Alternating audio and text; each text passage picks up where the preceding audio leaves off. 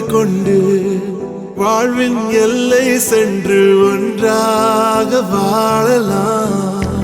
ஆயுள் காலம் யாவும் அன்பே நீயே போதும். இமைகள் நான்கும் போர்த்தி இதமாய் நாம் தூங்கலாம். நீயும் நானும் அன்பே கண்கள் கோர்த்து கொண்டு வாழ்வின் எல்லை சென்று